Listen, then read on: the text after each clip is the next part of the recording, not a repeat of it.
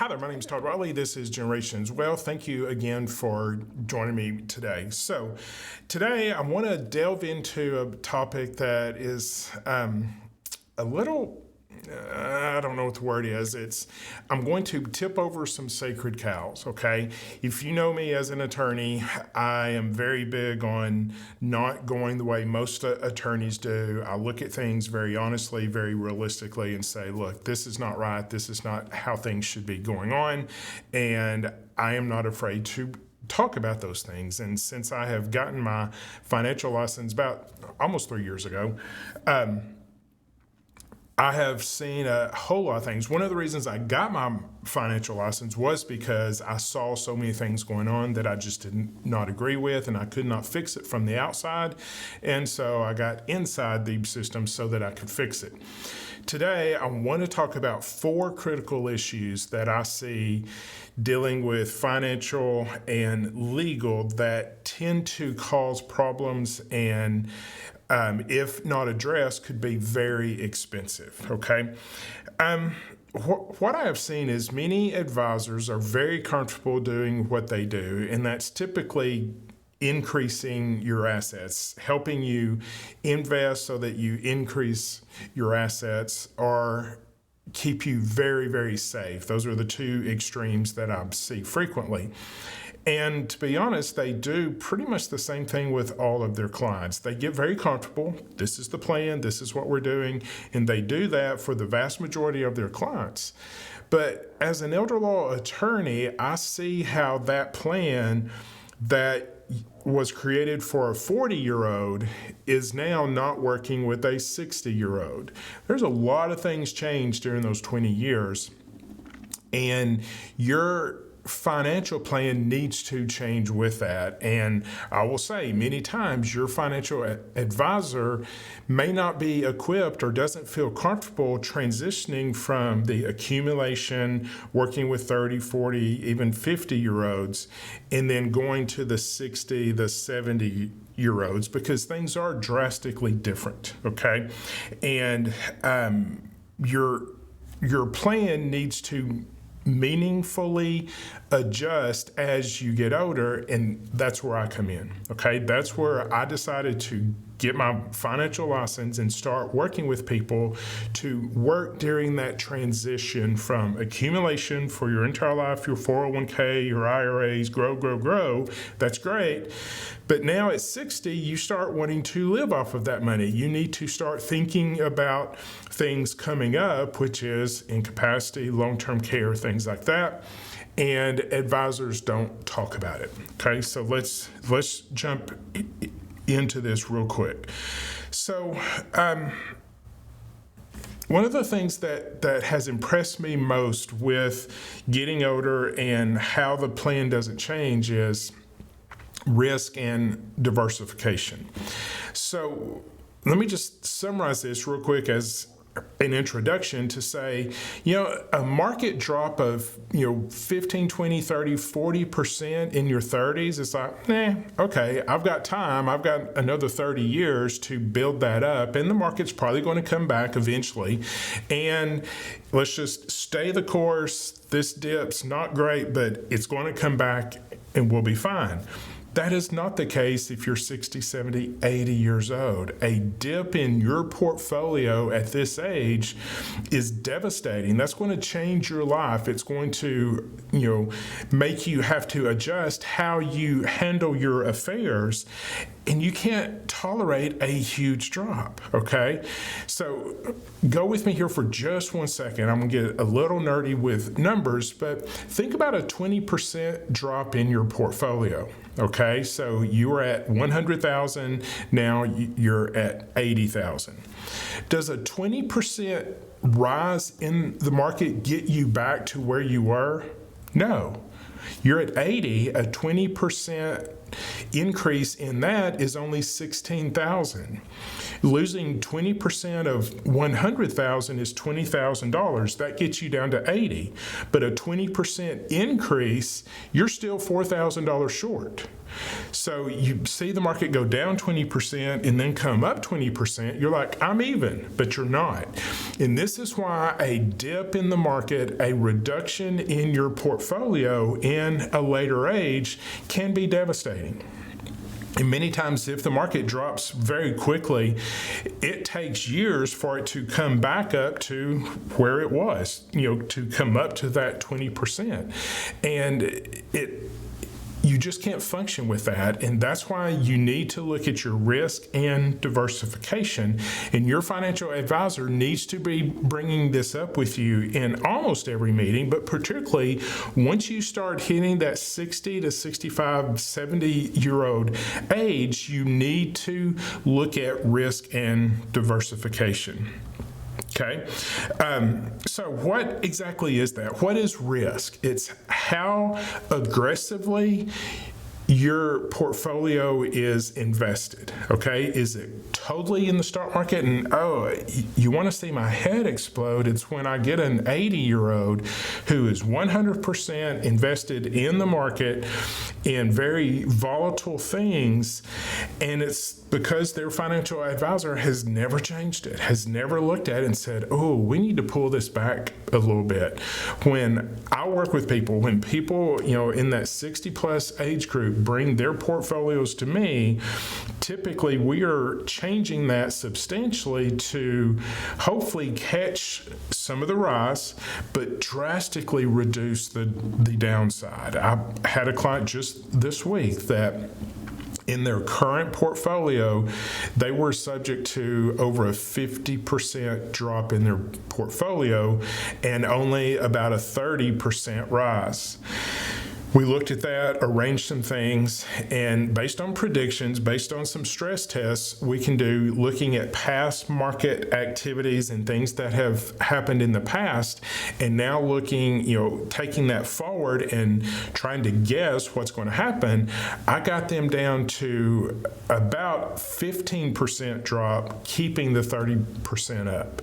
They were ecstatic. They're like, yeah, this makes total sense. And that's something that it's not that hard to do. It just takes a different mindset to sit down and do this and say, look, we need to diversify differently. And let's talk about that for just 1 second. Diversification is something that surprises people, that they're like, well, I'm diversified. I've got some money with Schwab and some with Fidelity and some at my bank. And so I've got all these different things. And so I'm diversified. Sorry. And when we sit down and look at what you're invested in different places, they're very much the same. Okay, financial advisors stick with this one plan that works for most people most of their life, and it's the same thing. You're not diversified just because you have money at different places. You really should have your money in one place, pay one set of fees, and I'll get to fees in just a second, and make sure that you truly are diversified across different markets, across different countries, the world, local, whatever. There are so many ways to become diversified and spread the risk out accordingly. And then we get back to risk to say, hey, how much risk are you willing to take? I don't want you to lose sleep at night. I had a lady yesterday, she said she filled out my form and she's at like a 20 risk out of 100. Okay, that's one of the lowest scores I've ever seen. And she's like, I want to be very safe. I want access to my money. I want to be very safe. And I was like, we can do that. Okay, just understand there's not going to be a bunch of ups, but there's also not going to be very big lows. And so we're going to trim that down so that it stays pretty steady, but she will sleep better at night knowing I've got this taken care of, and it's not going to do anything that's going to cause me tremendous amounts of stress, okay? And so being able to take her from basically losing money, she was in cash basically in her checking account, and with inflation, you're going to lose money keeping it there. And so we're going to put it somewhere that should beat inflation plus grow some and her still be able to sleep. And so that's the risk and diversification that you are looking for. And that sadly, a lot of financial advisors are not taking the time to spend with their clients to say, where are we now? Okay. Diversification is also talking about things that could happen in the future. Okay. And that's where I, as an attorney, come in and try to help you plan for the future to say, okay, we definitely need powers of attorney. We need to do some kind of probate avoidance. It may be a trust. It may be payable on death designation, things like that, to make sure that we don't go through probate. But the other thing that people seem to miss, and particularly financial advisors, missing one of the largest and most significant expenses in your lifetime could be long-term care. And I know if you watch my show consistently, I've done shows just on long-term care because it is such an important thing that you need to be aware of, and therefore your financial advisor needs to be aware of. And so many times that discussion is not made, or when it comes up, it's like, we'll just deal with it then. Okay. That is not a plan. Okay. Hope is not a strategy.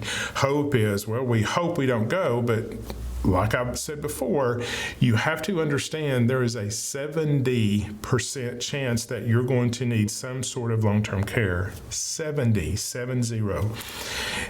We buy insurance for things that are under 5% chance of happening. Home flood, home fire, home robbery, car wrecks. Car wrecks, I think you're about a 6% chance of having a car wreck within the next year. But we have insurance for that, okay? For a 6% chance of something happening, and we don't have insurance, we don't have a plan to cover something that there's a 70% chance of occurring.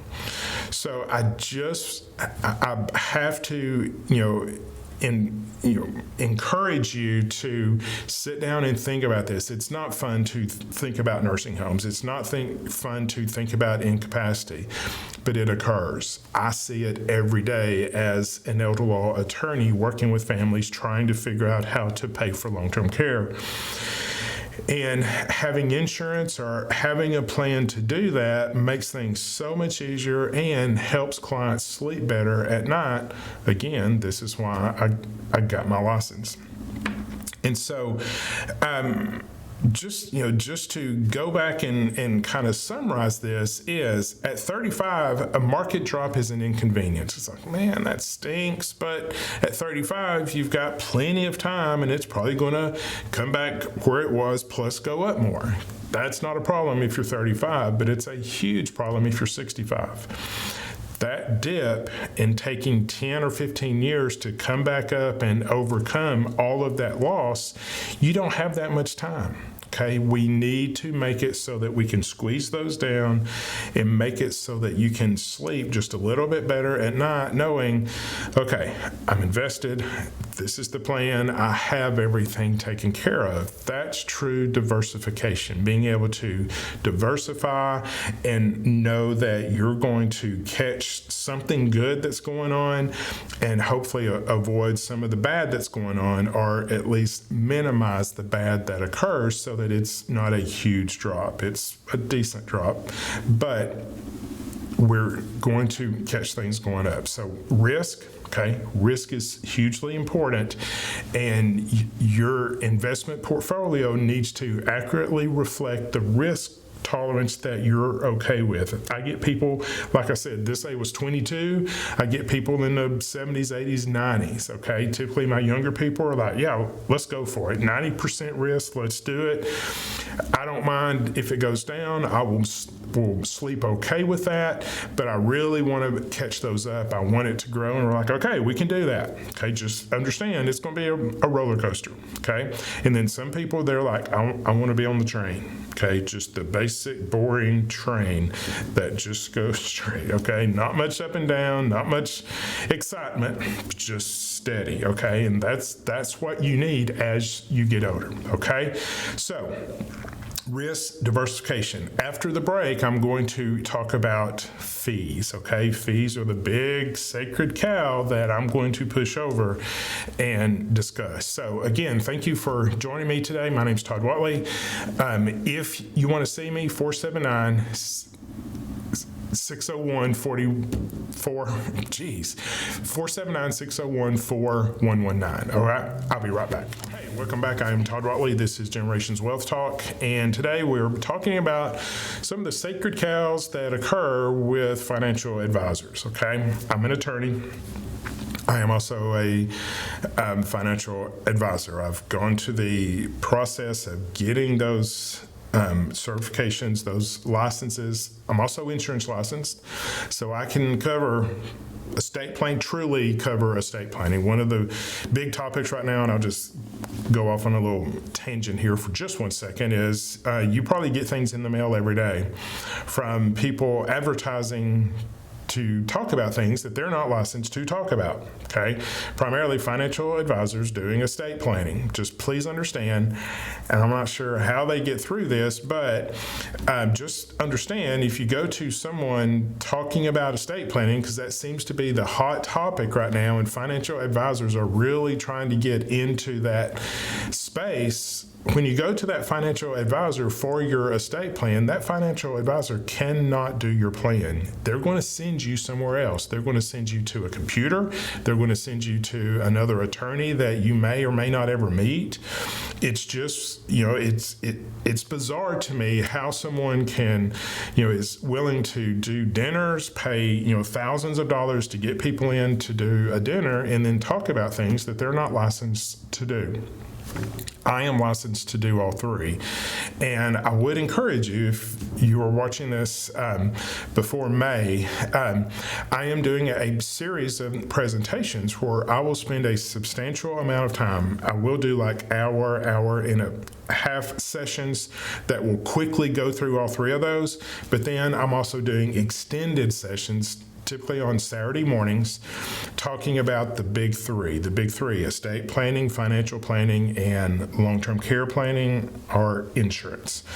And I think I am uniquely licensed to do all three of those, okay? And most people giving those presentations are not licensed to do many of the things that they are talking about, and you need coordination between those plans, okay? So let's talk about fees. Fees are very interesting in financial planning because you typically don't write a check to your financial advisor to say, here's a check for doing what you do, okay? And I was very jealous of that as an attorney, because as an attorney, there's no one else paying your fee besides you, okay? And you wrote a check for these services that I provided, and I thought it was always a little unfair that a financial advisor could say, oh yeah, let's do this and this and this, and let's just do it, and you write the financial advisor a check for $150,000 to be invested, and you get your statement, and sure enough, there's $150,000 in there, and you're like, okay, this is all free. Okay, well, I promise you, it's not free. There were fees.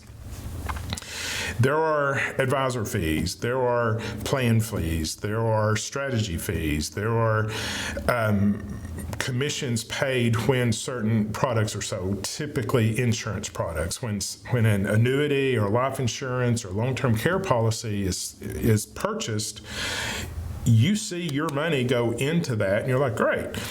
But the company then pays the agent to do that, all right? And you're like, well, I didn't pay that. Well, if you want to pull your money out before the requisite time, say 10 years, okay? If you want your money within those 10 years, and particularly if you want it very early, that's where you'll see the fee, because you're not getting all the money that you invested. You're going to get penalized for an early withdrawal, which means the company's already paid the agent, and they're not paying you that money back, okay? They're not paying the agent out of their pocket. It's coming out of yours if you do an early withdrawal. Keeping it there the full time period, the company knows we're going to invest this, we're going to make money to cover what we paid the agent and also make some money for the company. It all kind of makes sense if you think about it, but just know your financial advisor, the company that you're working for, if it's the bank or whatever, if you think there were no fees, you are incorrect, okay? And I say this very adamantly because my wife's parents, my in-laws, they were going to their financial advisor that's at a well-known bank, and I was like, ask about fees, okay? And I'm not upset that they don't use me. I mean, that's okay. But I said, ask about the fees. Oh, we don't pay fees. You pay fees. So I know, we've talked to them, we've asked, and there are no fees. I said, I promise you they are not doing this for free. Okay, there are fees built into your investment plans, and if you're going to a common investment company and you're sitting down with them, many times fees aren't even discussed. It's like, yeah, just invest your money. And many times what they are investing in is a commission-based investment where they get money from the company and you are penalized if you cash those in within a certain length of time. Okay, so please understand there are fees. Okay, so what if you are working with a planner that just 1%? It's just a 1% fee. Well, you still need to look into it because there are fees, and I like this phrase: fees that you don't see doesn't mean they're not there, okay? Just because you don't see them, many times they are hidden in the products that you are purchasing. So there are advisory fees, there are fund expense ratios, meaning, there's expenses to those ratios. A mutual fund is going to charge some either on the front end, the back end, front end when you buy it, the back end when you sell it, or sometimes in between. There are going to be fees. There are trading costs, okay? Getting out of this and into something else, there's a fee there, okay? There's insurance annuity fees that, like I explained, are paid to the agent who you buy this product from, okay? And so when you sit down and look at the fees and can figure out what's in there and how much you're paying, you could easily be paying upwards of 3%, okay? I've seen it so much as like 4%. So think about your whole investment portfolio, and 3 or 4% every single year is coming out of that for fees. So if you look at your portfolio and think, I made 8% this year, that's fantastic. Yeah, that is a good return. But if 3% of that's getting eaten up in fees, you're only at 5%. You're like, wait a second, that's not very good, okay? And in my office with my company, what we do is I disclose all the fees. My fee is typically 1%. My advisory fee is 1%. Our company has strategies that incorporate basically 12 different things, 12 different ways you would typically want to invest your money. Is it aggressive? Is it conservative? Is it, stocks and bonds? Is it, just different things? There are different strategy fees that someone at our company is sitting at a desk all day working these things out, trying to keep these things appropriate in the market, and so there are fees for that. But working with us, you will never pay more than 2% in fees. 1.9 actually is the highest strategy fee. Some strategy fees are very low, 0.2%, 0.25%. And that's because there's not a lot of work in that. It follows some index very closely, and there isn't much work on that, so therefore the fee is much lower. My point here is you will know what the fees are. We will discuss fees. I will say, here are the fees that you will see in this. There are no hidden fees. And, a 3% fee over a decade or two can result in tens, if not hundreds of thousands of dollars that are just gone, that should be in your pocket, that are gone somewhere else. And so you can't get good advice without a fee, okay? But I'm saying that fee should be very reasonable. The fee that you're paying should be, number one, known, okay? You should know what your fee is. And number two, it should be a very reasonable fee that compensates the person in the team helping you invest this, but also keeping those expenses as low as possible. Transparency is very huge in my office. I want you to know exactly what's going on. I want to be very forthcoming with the information that I am providing you. All right. So the last thing is, and I kind of got into this, but I want to spend the next 5 minutes on this, is your plan should reflect your life stage. Again, so many advisors work with people as soon as they can, ideally 20s or 30s, but typically in the 40s, and they come up with this plan, and it's set it and forget it. It's the same plan for many people. I will tell you that if you're invested with a very common, on every street corner investment company, I can almost tell you exactly where you're going to be invested, particularly for the first 3 years, because you're going to be in something that has a high upfront fee. They get you in, they do this, the fee's very high up front, but then once you're past that initial fee, it's pretty inexpensive, but you have to be there for typically 3 years. And amazingly, at that third year, your investments need to change into something else that does not have a high upfront fee, so that they can transition you from this amount of money into this, and you see the transfer very cleanly to say, oh, okay, all of my money went from here to here, so that didn't cost me anything.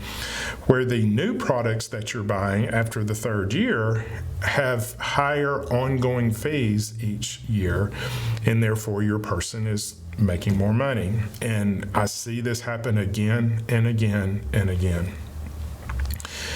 And, that's a strategy, okay? And it's surprisingly what almost everybody gets put into. I want to sit down with you and look at first, what's your risk tolerance? Fill out this form, tell me what your number is so we can work within that number. And then also, where are you in life, okay? Have you just been accumulating your entire life and now it's time to spend? You now want to go on vacation.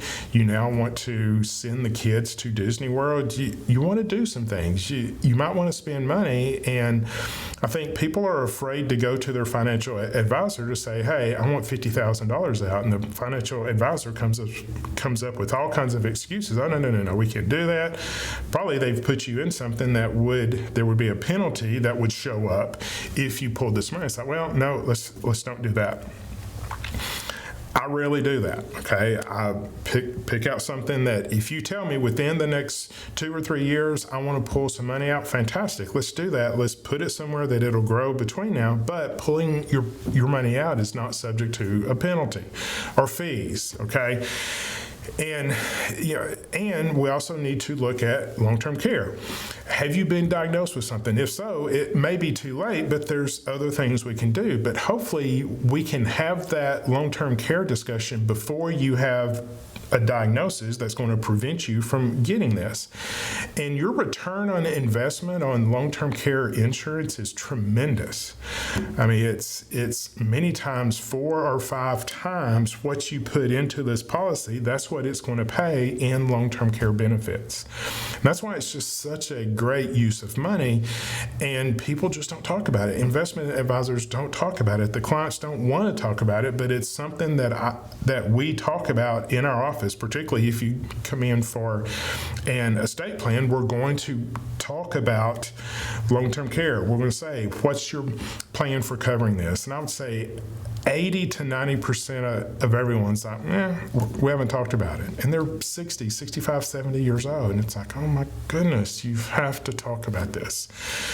So, Many advisors out there, your typical financial advisor focuses on growing assets, not protecting life outcomes. Okay? At this point, at the final stages of your life, and I know that's hard to think about, but it's true, you're in the final stages of your life. Certain things need to be done probably different, and this is where I live. This is where I focus, and my clients, we go through this process of estate planning, financial planning, and insurance, long-term care planning to make sure everything's coordinated, everything works together, and you can walk out of our office knowing I have a plan for this, okay? So let me get the phone number right this time. My phone number is 479-601-4119. 479-601-4119. Give me a call. Let's set up a time, sit down and talk, and figure this thing out for you, okay? As always, I appreciate you listening. Go to my website, generationslegalgroup.com, and come see me for those presentations. Okay, thanks. Bye.